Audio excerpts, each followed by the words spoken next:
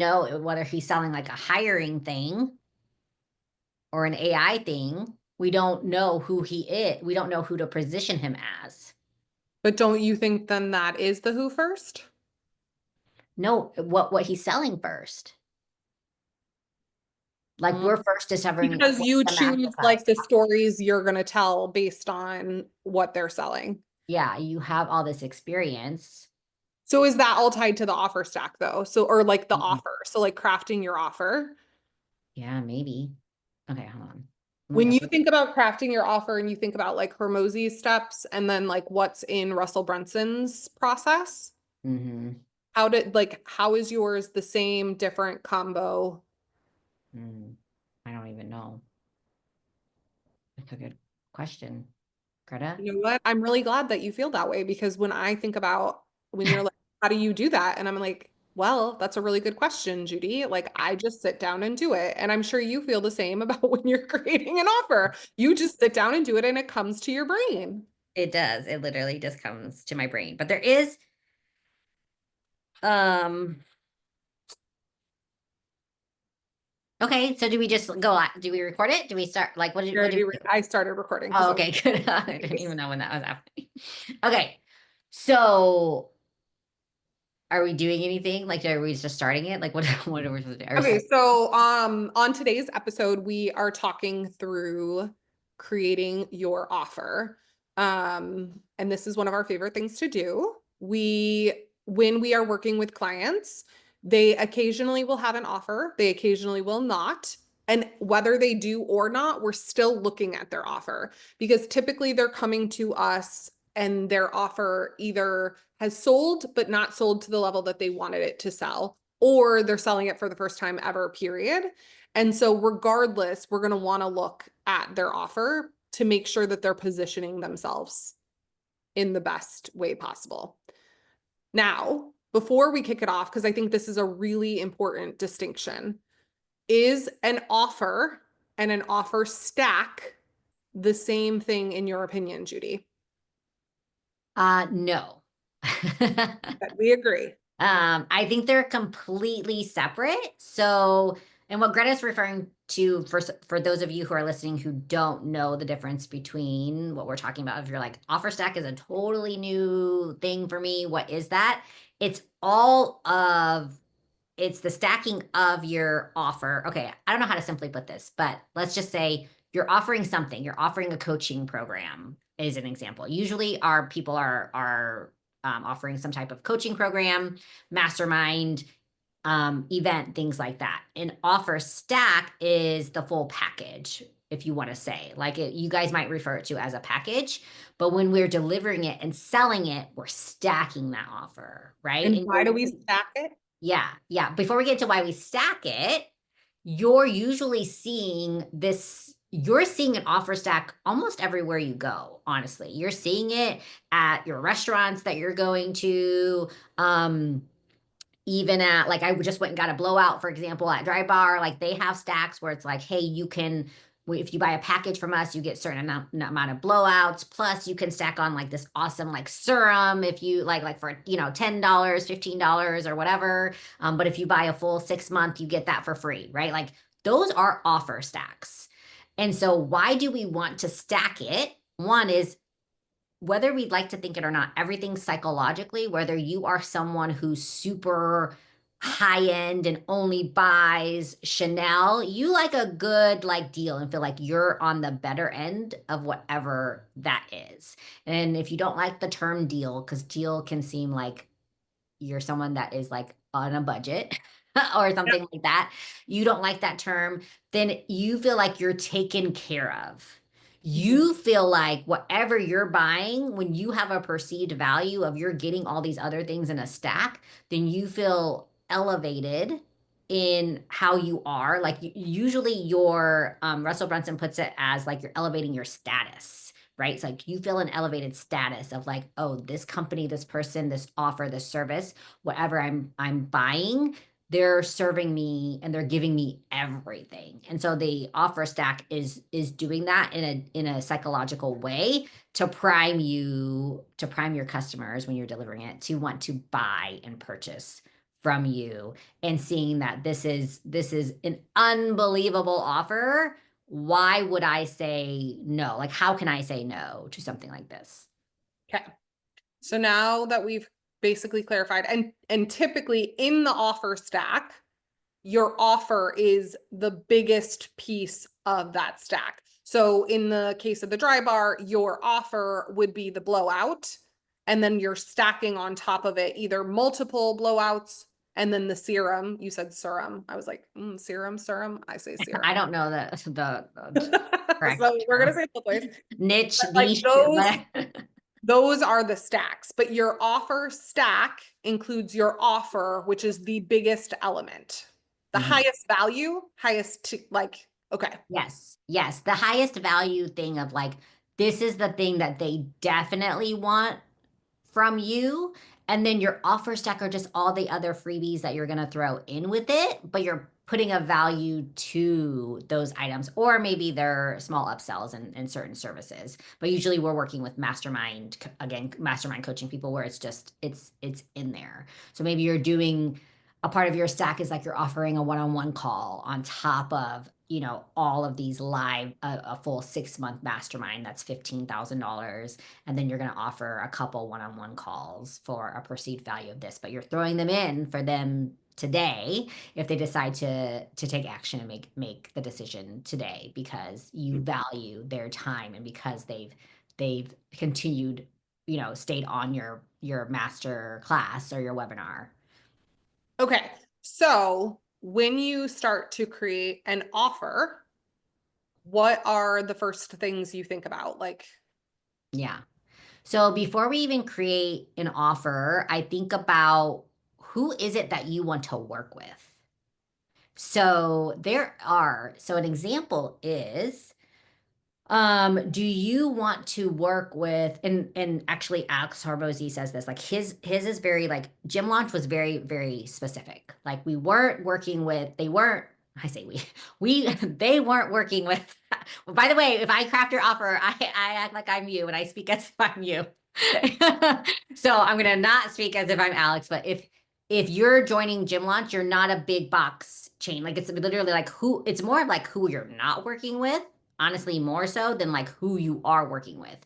So it's that, you know, he worked only with gyms, private gyms that worked on transformations. Like they were solely selling transformations. They weren't doing anything else, right? Like they weren't selling like group exercise classes. They weren't selling like you know, all these other things on top of it. It wasn't big box, it wasn't all these things. He's specifically working on private gyms that did transformation. So really, who is it that you want to work with? And then we even add in, there's obviously more questions that go into it. I was gonna say, Sometimes, I mean, I think some of it is yeah, like who can afford what you want to sell to, which some goes to price point, yeah, but some goes it's to price tied point. to it is tied to the who, Is right? yeah, Like, yeah. There's so much that goes into the who, but if like we want to generalize, it's like, who are you going to sell to? Who is this offer going to be good for? Because if you start with like, who do you want to work with? That's like, you're going to craft the offer totally differently if you're selling to a personal trainer versus if you're selling to someone that's going to use an app. An example is, if you haven't watched it, by the way, I don't know, by the time you get to this, it'll be like weeks or even months that this episode has premiered, but the interview between Heidi Summers, Guzman, or whatever her last name now that she's married, Buff Bunny, and Layla Hormozy, she built a grounds app, like an app, an actual fitness app. And her team was supposed to go out and get feedback, and they were going to personal trainers. Well, personal trainers, it was totally relevant to them. Like they understand macros, but like the actual user of the app was going to be just a general, like probably mom or, you know, whatever that like doesn't has never even heard the word macro. And once they started to go to those customers and that avatar, then they changed the app. Like the app was like way too complicated for this person that was actually going to buy and consume the app.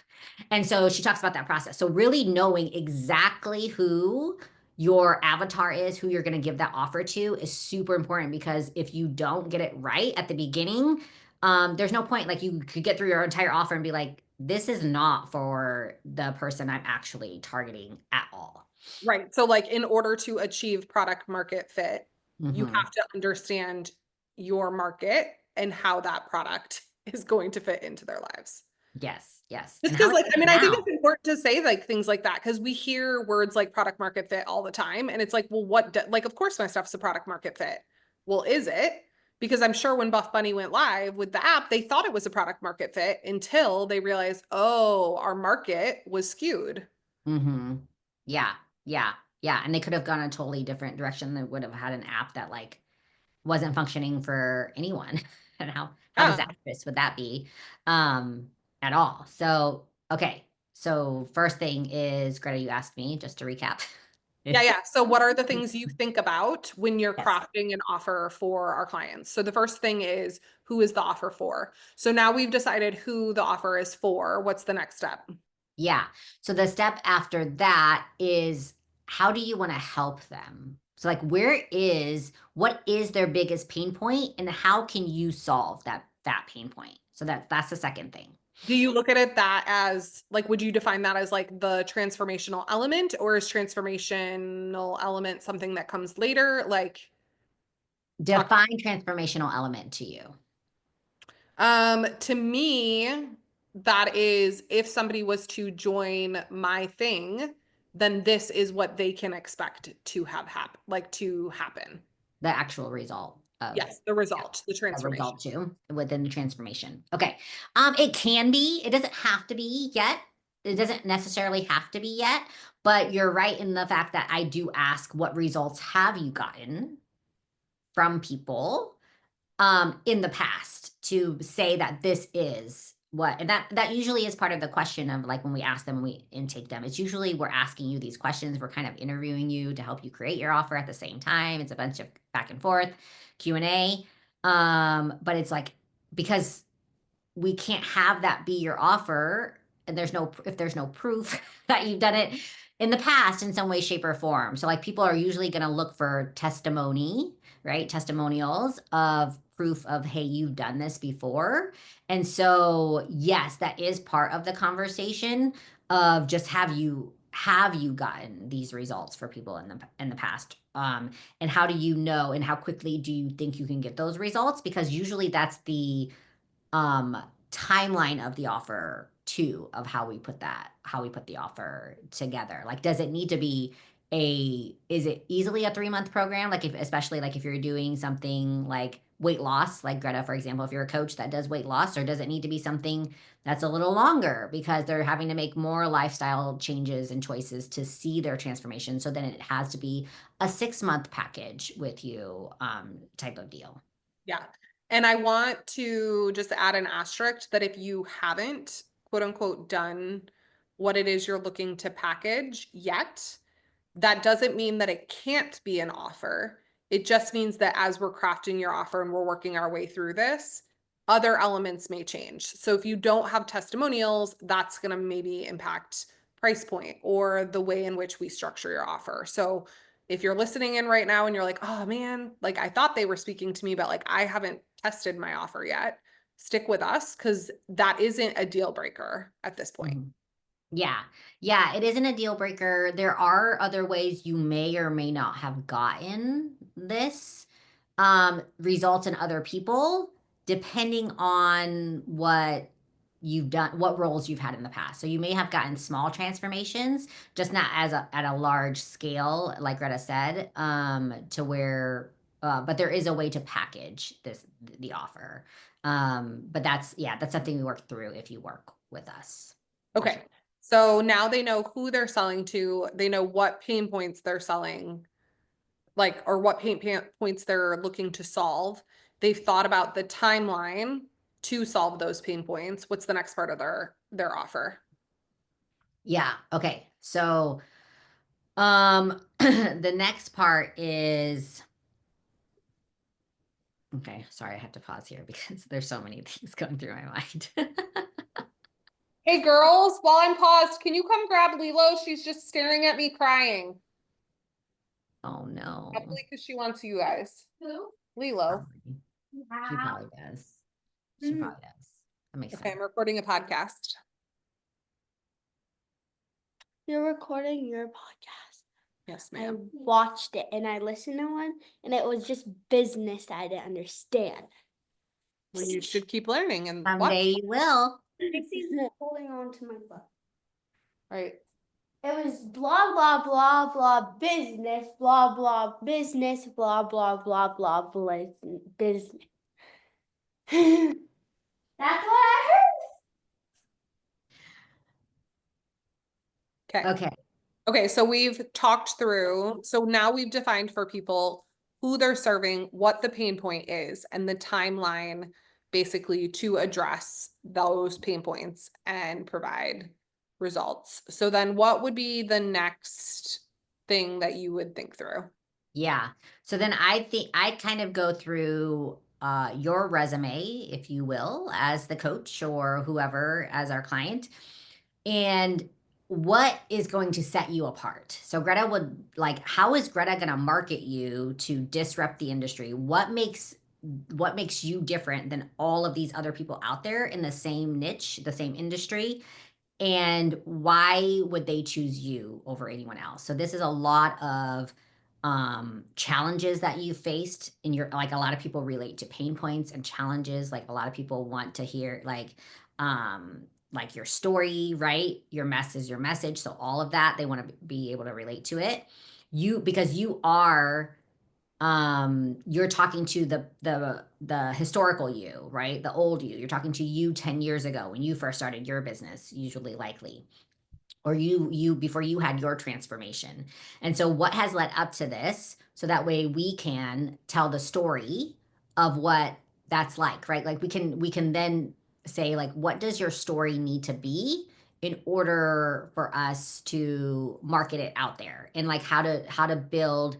When we're building your webinar or masterclass, we're typically then talking about these stories in small segments of saying, like, this is where I was and this is how I discovered. Russell Brunson says, like, this is how I discovered the roadmap, right? Like, you're talking through each phase of, like, this is how I discovered the roadmap. And so we basically, it's like, who are you? And how, and Greta and I are really dissecting and pulling things out of stories that we can tell to everybody of, like, who you are and how we're going to relay that message to then get people to want to listen to you and to follow you and to engage and to eventually nurture them. And I think this is such an interesting point because it really ties into like seriously, like Josie ducks down because she understands, and Allie, you don't. No, I don't know. Guys, I am recording a podcast, please. Okay. What are you doing? You're not going into a way that you will be able to get out. No, you don't, no, don't go out front. Go out back. Out front is too busy of a road. If Agreed. Kilo follows you out, you got to watch her. There's a part of the fence she can get through. Should have never told them to come get Lilo. Okay, let me rewind. So I think this is interesting because it all goes back to like the concept of like an attractive character. And I think we talk about and we process this a lot of like, it's important for your stories to feel relatable. So you can't like, a lot of times you want to like position yourself as like quote unquote the expert. And it is important to showcase yourself as an expert, but there's a fine line between like, I can do that and like, that's unobtainable or like, Yeah. and so it's so interesting because when we're thinking through these pieces, we want to hear all your stories because brag all you want to us, but we're going to peel out the pieces that feel like, ooh, somebody else is going to be able to relate to that. Exactly, exactly. And we're going to change that verbiage just slightly. Like Greta said, to get someone who, like, if they're at the 50-yard line, right? Like, or they're at the 10-yard line and we want to get them to the 50-yard line, we want to make sure that that looks possible and feasible to them. And that there is an opportunity for a win, and a win early on, honestly, because we want people to see that, like, all right, they're not going to keep going if they can't get to the 50-yard line. They're not going to get to the end zone. So yes, Greta, I love that you mentioned that, because that's a big important part where people make themselves almost too granular. Like if I then come off as like this whole thing, then people won't like you will probably not attract anyone, honestly. Right. And the interesting part, and this kind of ties back to the offer as a whole, is that oftentimes when we're crafting an offer, I don't want to say it's like overcompensation, but it's almost like they try to put too much into the offer, like the actual offer, not the offer stack, too much into the offer or too much into their story. And it's like, no, you got to peel back the layers, because whoever it is that's coming into your world is not the you that is you today. So Mhm. like they need to see glimmers of who you were when you were where they are at now. And they also need to consume information to a certain extent at the same like pace that you like, not pace as in like it took you 10 years to get to where you are today, but like you can't expect to like fire hose them and they're going to be who you are in 6 months. Like when we're crafting your offer, we have to have very clear cut pain points and results that we're looking to solve. And then ultimately we're looking to like solve one pain point that then leads into the next, that then leads into the next, that then leads into the next. Because from a business perspective, it makes sense financially, but also from a capability for people to get results. If you try to do too much, you'll do nothing, right? Exactly. Exactly. There's a reason why a lot of education and institution and things like that, like there you have to go through multiple years of education before, like could you learn how to be a surgeon in a shorter amount of time? Maybe. Maybe, but would it be something that is like would cause a lot of burnout, would cause a lot of, would increase Yeah. like people's anxiety, would increase your own, you know what I mean? Like would require you to then be on lots of medication after speeding up the process of becoming a surgeon? Probably. And Yeah. so we want to make sure that people are able to see and be there in the long run. And usually if you want people who are working with us, who are coaches, want to transform lives in a healthy way, and with a process that is simple. Yes, we want to give value. By the way, we're not saying like don't give a ton of things and give a Yeah, ton give of value, value. but make sure that it is easy to follow, easy to implement, and for them to get traction without, like Greta said, fire hosing them with like an entire encyclopedia of everything that you've done in the past, like 10 years. That's not what they want. Okay. So now we've identified who we're serving, what their pain points are, what the time frame is for them to get a result or results.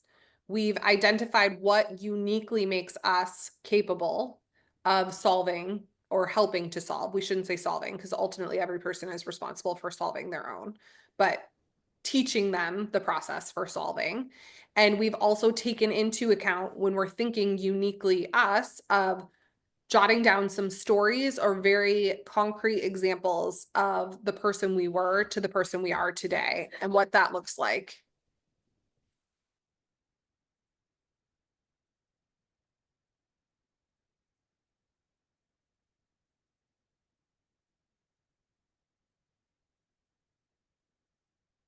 Mom can't keep affording cheer if we're not able to afford to record this podcast. Well, mom's not a very good idea to record something right in the walkway. But you don't need to be here. Go in the bedrooms or be outside. But I'm big back. Okay. No, you don't need food right now. Mhm. There are not other places in this Airbnb to play. Outside, like you said, the beautiful Go backyard. in the bedroom.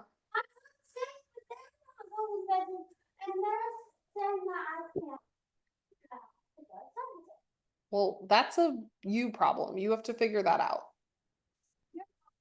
Okay, bye.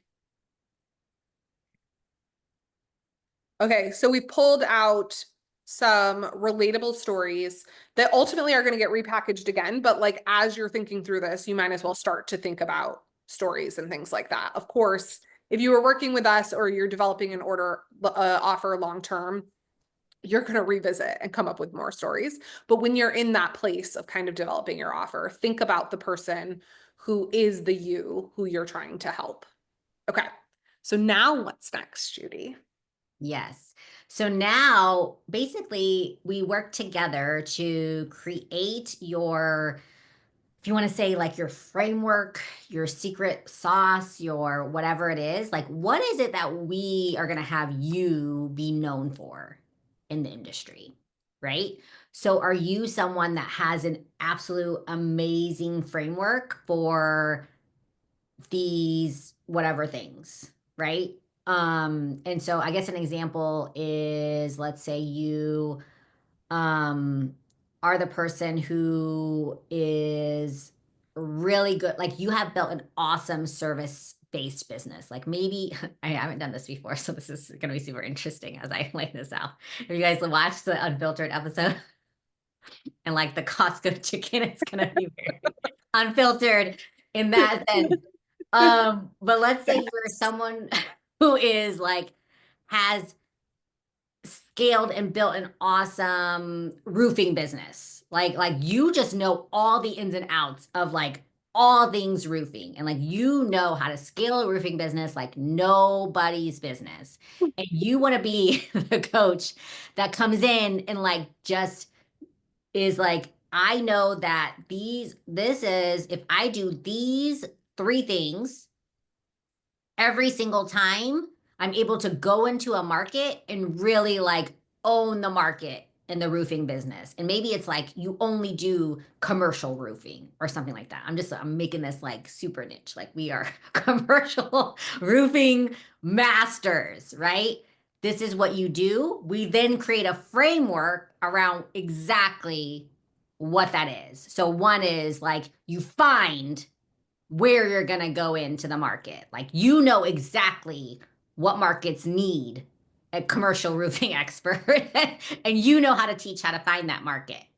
Okay, but so here's something super interesting because it's something we process not only with our clients but with each other is when you are developing a framework, a lot of times that is where, whether it's us or somebody else, you need somebody outside of you to extract the process or the information because it is so just natural and ingrained in you. Like you don't even know how you do it. You don't know how you closed $1 million worth of business that last month.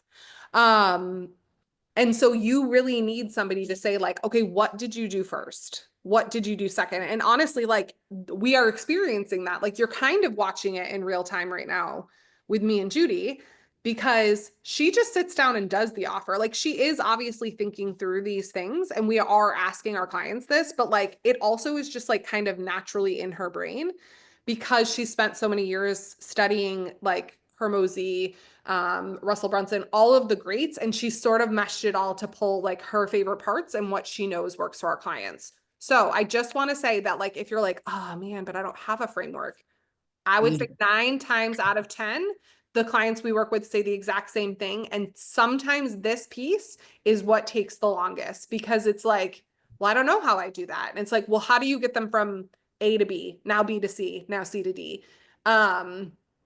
So if you're feeling, again, I just like to validate people who might be listening and be like, I don't know my framework. This is not possible for me. That's not me. I don't know this. Or like, I Yeah. can't teach other people what I do because it like, and these are things we hear or we say, I can't teach people to do because I've been studying this for 15 years. And so for them to get it in 2 months is impossible. Well, let's start with small steps. Let's break it in, let's chunk it, you know? Right, exactly. And that's why a majority of people, our clients, come to us, like to Greta's point, is we love, not only are we really good at it, but we enjoyed this process of pulling out your expertise. Like we literally turn whatever you have done extremely well in your business and we help you monetize that as a coach. So we turn whatever your genius is that you've done and whatever can be replicated, and we turn it into whatever that proprietary framework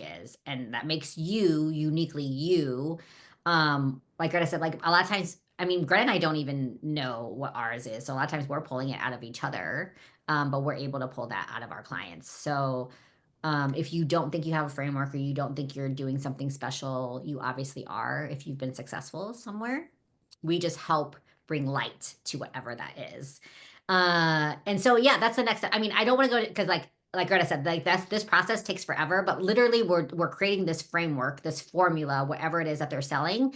And usually we're packaging that into a live masterclass topic that we then say, this is like, come learn from said expert, client name, expert who has built many multi-million dollar businesses and now is going to give away this framework, this formula, this roadmap to you, for free when you join us during this live masterclass.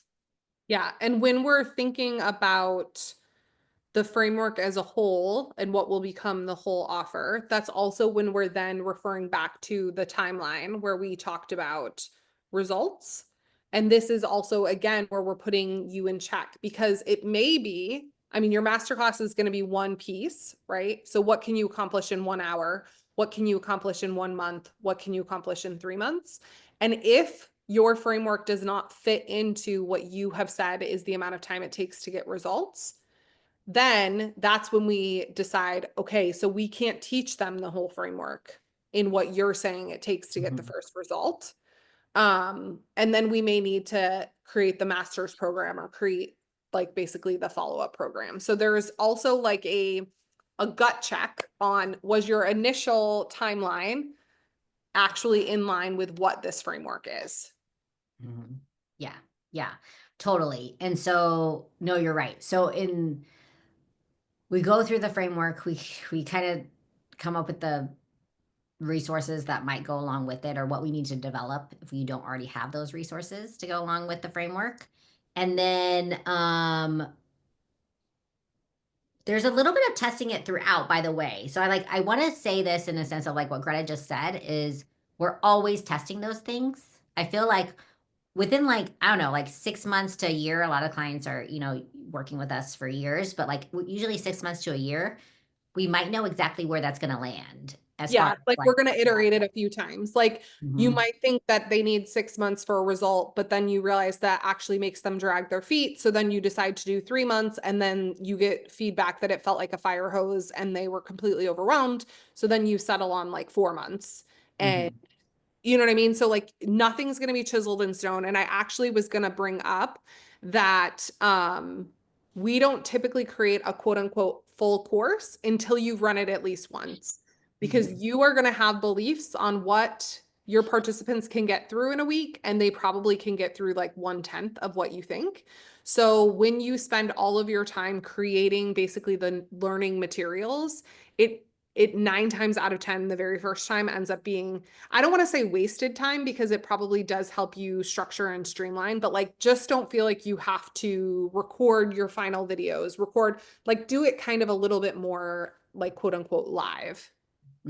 Yeah, totally, totally. And it's all things that are easy to figure out. We also help through that timeline. Like, what do you need to get accomplished now for the public eye versus what can you hold off on until you sell your first um cohort or round of programs or things like that.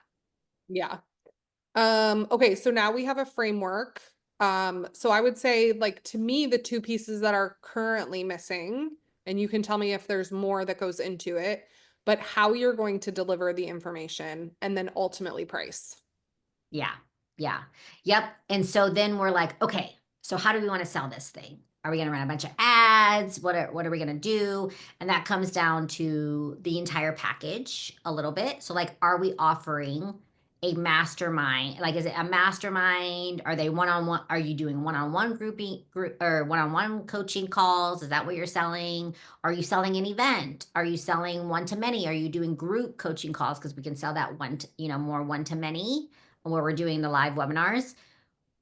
What is it that how do you want to work with them? So you want to work with them in group sessions? Do you want to work with them one-on-one? Do you want to work with them, like Greta said, the frequency of how often you're working with them? How are we doing them? Are we doing them calls? Are we doing them Zoom? Are we doing them in person? Like, where do you want your people to be? Because some people prefer people just in person, right?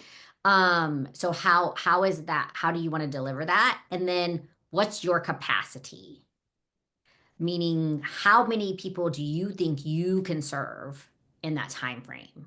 And Yep. so once we know the monetary, like what your capacity is, then we can say, okay, so if we price it at this, and by the way, during this entire time, Greta's doing a lot of market research on very similar industries, niches, all these things. What's being sold out there. If we price it at this, then this is how much, like how many ads, like with the ad budget, then Greta is like working backwards as far as like, Or even are we running ads? are we even running ads or do we need to Right. run ads? Like Because if you're only your looking price to sell three spots, we probably don't need to run ads. we're not going to run ads. We're going to have a Yeah. very different A strategy. different approach. Mhm. And so how many do we need to sell in order to do all these? And then what are the overhead costs to that? Because where are you hosting this? Because if you're hosting it on Zoom, on, you know, like you want to pay for Zoom Pro, are you hosting it in a Go High Level community? Like you have to pay for Go High Level, right? Like what is the cost depending on how many people you're going to bring on, right? And so the systems and processes that go along with that. And then we're coming up with a final price, number of seats. Like basically, we're coming up with a goal of the launch of how much total we want to sell, you want to sell, how many seats total, and then we decide on which is the best course of action. Are we doing outreach? Are we doing ads? Is it going to be, it's always social media. Social media is, by the way, always involved, but like what type of social media are we running? It's, then we go into Greta's part, which is like, how are we going to market? And then market doesn't always have to be paid marketing. How are we going to market your offer based on how your goal? So we're kind of determining that. Yes. Okay. With barking. Yes, 100%. And then, so then how are you, so then the price point is not based only on what you want to make though.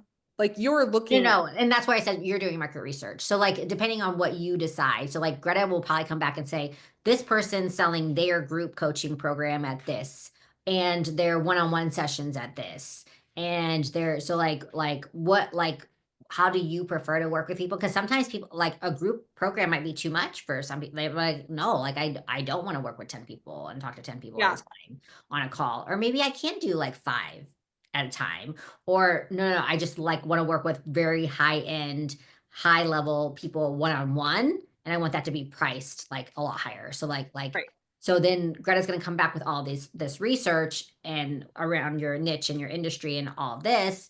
And your audience. I And want your to like, audience. Yeah, she'll even have your audience and ads and things like that. And then you can then decide what you want to do with that information. So as far as yeah, determining the price point, because it's a little bit of it's a mix of how do you want to coach and lead, you know, the people that then buy, but then also what can you price it at? And then if you're like, oh, that's not super attractive, I can only sell one-on-one coaching calls for that much, then no, then that's you might iterate again and decide, okay, because then you can decide, is it the structure that I need to change? Like maybe I do have to meet with more people so that I can make more per hour, quote unquote. Or it may be that your audience was a mismatch because if you're talking to super beginner people, they're not going to be able to afford the same amount as people who are further along in whatever it is that you're, teaching. They're going to see the value. Typically, when people are further along in the process, they see the value more and they have the funds available to pay higher prices. They obviously also then probably have higher expectations because they've, been through coaching programs other places. Okay, love this. And so I think like if you were gonna like tie this up into a neat bow for everybody, when they are creating their offer, I'm trying to think how I would word this question. So like at the end of the day, how long do you think it should take somebody to create an offer? oh. Okay, starting from scratch.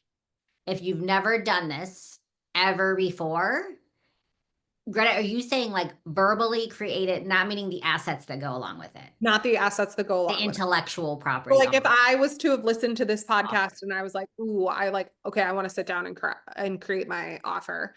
Is this like a month-long process? Like if you were going to set a timer for somebody and be like, you listen, I know it feels overwhelming, or you've never done this before, or maybe you've done it and you like don't love your offer, like they're going to go turn off this podcast and set a timer. What would be that initial timer you would tell them to set? Yeah. So the first iteration of your offer will probably take 10 hours. So I don't know, like timeline, it just depends, because you're going to want to go and watch a few videos that by the way, I assign our clients to go and watch to create your offer. And you're going to watch a few sales videos. You're going to watch a few competitors' videos. You're going to opt into a few funnels to discover what your offer is if you've never done this ever before. But 10 hours, so you're going to spend about 3 hours just learning what an offer is if you've never developed an offer before. Honestly, Now, even if you have, I mean, like we're still constantly yeah, like, I'd say even if you have, you're going to. So like minimally 3 hours for that yeah. part. And then you're going to sit down and you're going to take a lot of history of yourself for a couple hours, including like who you've served, things like that, the results, the transformations you've gotten. And then you're going to start actually crafting it. Probably the rest of the 5 hours is going to be literally sitting and crafting it on your own. If you're doing this on your own, that's the amount of time that you're spending minimally for the first iteration of your offer. And like Greta said, like we usually do these like 3 times before we actually finalize that. Because you'll find more information as you do it, and you'll be like, no, I don't want to help that audience, or like, no, that's not an attractive thing for me to say or to do, or to how I want to work with them. So yeah, 10 hours minimally. But if you want to, but like if you want to make it amazing and you're going to nail down your offer, like by the time you nail it down, it's like 30 to 50 hours of work. Yeah. Okay. So if you're listening to that and you're like, whew, I didn't do that myself. That sounds like a lot. We understand accountability is key. Having somebody who's an expert, even in, like we said, if you've created an offer in the past, we would love to support you. So we have on our website, bringingsimplicity.com, a book a call link, and we can spend a little bit of time just talking through your offer. We're happy to gut check, kind of where you're at with your offer and or start the process. And then ultimately we're always happy to fully support you as well. So if you listen to this episode and you were like, man, I'd really like expert help to help me with my offer, we would love to help you. Yes. Thank you. Thank you for tuning in, and happy offer creating.